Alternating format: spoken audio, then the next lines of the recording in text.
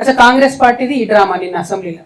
ఇక BRS party ఏంది, మొన్నటి రోజు ఏమైంది, మూసీ నది మీద చర్చ జరుగుతుంది, జిహెచ్ఎంసీ మీద చర్చ జరుగుతుంది, ఇంకా అనేకమైనటువంటి ఇంపార్టెంట్ బిల్లుల మీద చర్చ జరుగుతుంది. రండి సీన్ అనేది చర్చ జరుగుతుంది. ఈ సందర్భంగా ఏమైంది, ముఖ్యమంత్రి గారు నేను గతంలో ఉన్న పార్టీలో ఒక గుంటనక్క గారు ఉంటారు, వారిని మీరందరూ హరీష్ రావు గారిని పిలుచుకుంటారు. ఆయనను చూసి నేనేదో మాట అన్నాడు, అనగానే నన్ను అంటవా నువ్వు అని చెప్పి అసెంబ్లీ మొత్తం వాయిదా వేసుకుని వెళ్ళిపోయాడు. అరే ఒక మాట వ్యక్తిగతంగా ముఖ్యమంత్రి ఏదో నిన్నంటే మొత్తం అసలు ప్రతిపక్షమే లేకుండా, ప్రతిపక్షం అంటే ఏంది, ప్రజల గొంతుక, ప్రతిపక్షం అంటే ఏంది, అన్యాయం ఎట్లా జరుగుతుందని ప్రశ్నించేటటువంటి ఒక వాయిసే ప్రతిపక్షం. It is not a party, it is a big responsibility. దాన్ని వదిలేసి మొత్తం సభ 5 రోజులు ఎట్లా మీరు బాయ్కాట్ చేసిపోతారు? ఏంది, కేవలం హరీష్ రావు గారిని ఒక మాట అన్నందుకు బాయ్కాట్ చేసిపోతారా? కేసీఆర్ గారిని ఎన్ని తిట్లు తిట్టినా రేవంత్ రెడ్డి గారు ఎప్పుడన్నా బాయ్కాట్ చేసిన హరీష్ రావు గారు?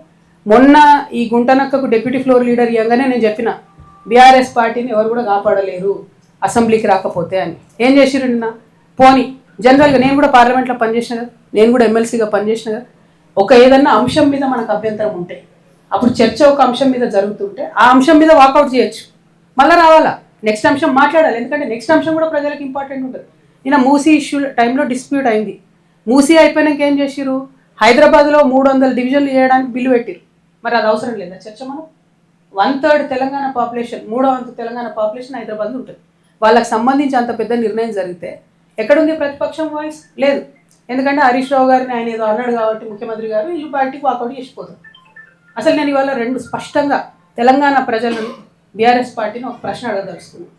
ఈ వాయిదా వేయాలనే నిర్ణయం డిప్యూటీ ఫ్లోర్ లీడర్గా హరీష్ రావు గారు తీసుకున్నారా?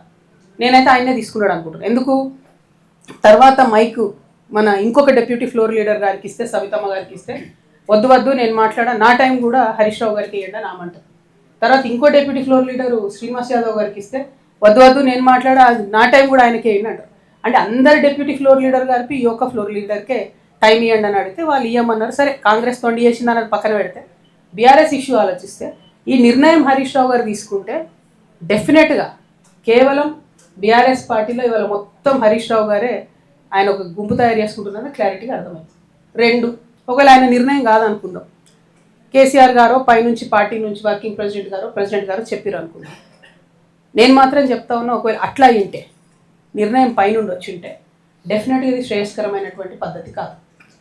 ఏదైతే కృష్ణా వాటర్ మీద పెద్ద పెద్ద సభలు పెట్టాలనుకుంటున్నారో చట్టసభలో చెప్పే అవకాశం వచ్చింది, చరిత్రలో నిలిచిపోయేటటువంటి మాటలు చెప్పే అవకాశం వచ్చింది, రికార్డ్స్ ఫ్యూచర్ జనరేషన్ చూసుకునే అవకాశం వచ్చింది.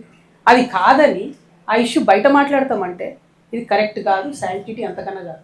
కాకపోతే గుంటనక్క గారి వ్యవహారం చూస్తే నాకేమనిపించింది అంటే ఈ తోక కుక్క నొప్పే పరిస్థితి వచ్చిందనిపించింది నాకు. ఇక అది ఎవరేమనుకున్నా ప్రజలు ఎట్లా అర్థం చేసుకుంటారో నాకు తెలియదు. కానీ ఎందుకంటున్నా అంటే ఒక్క మాట అంటే మొత్తం సభ వాయిదా వేసుకుని 5 రోజులు కూడా ఎంత అన్యాయం. అసలు సభ పెట్టింది ఎవరి కోసం? నేను మొత్తం కాంగ్రెస్ పార్టీ ఇష్టం వచ్చినట్టు చెప్తుంది అబద్ధాలు. 100 తప్పులు నేను రేవంత్ రెడ్డి గారు మాట్లాడిన దాంట్లో వీళ్ళు అక్కడ ఉండుంటే చెప్తారు కదా. అంటే అల్టిమేట్గా ప్రజలకు నిజం తెలియాలి. ఈ ప్రతిపక్షం అధికార పక్షం సంవాదాన్ని అది తెలుస్తలేదు. కాబట్టి నేను బీఆర్ఎస్ పార్టీకి, హరీష్ రావు గారికి ఇలా పవర్ పాయింట్ ప్రజెంటేషన్ ఇస్తాడట కదా, నేను 2 సూటి ప్రశ్నలు అడుగుతాను. మీరు ఆ 2 ప్రశ్నలకు జవాబు చెప్పి తర్వాత మీరు పవర్ పాయింట్ ప్రజెంటేషన్ ఏంటి ఏమని ఇవ్వండి.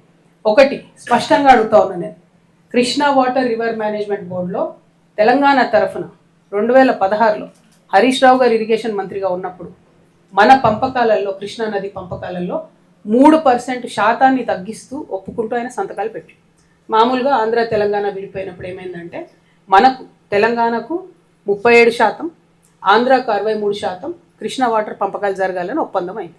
అది దేనికోసమైంది ఒప్పందం? ఇది జాగ్రత్తగా వినాలి అందరూ కూడా. అప్పటికే కట్టి ఉన్న ప్రాజెక్టుల మీద, ఆల్రెడీ యూటిలైజ్ అవుతున్నటువంటి వాటర్ మీద, యాజ్ ఈజ్ వేర్ ఈజ్ అనే కండిషన్ మీద 37% తెలంగాణకు, 63% ఆంధ్రాకు నీటి పంపకాలు జరగాలని ఒప్పందం అయింది.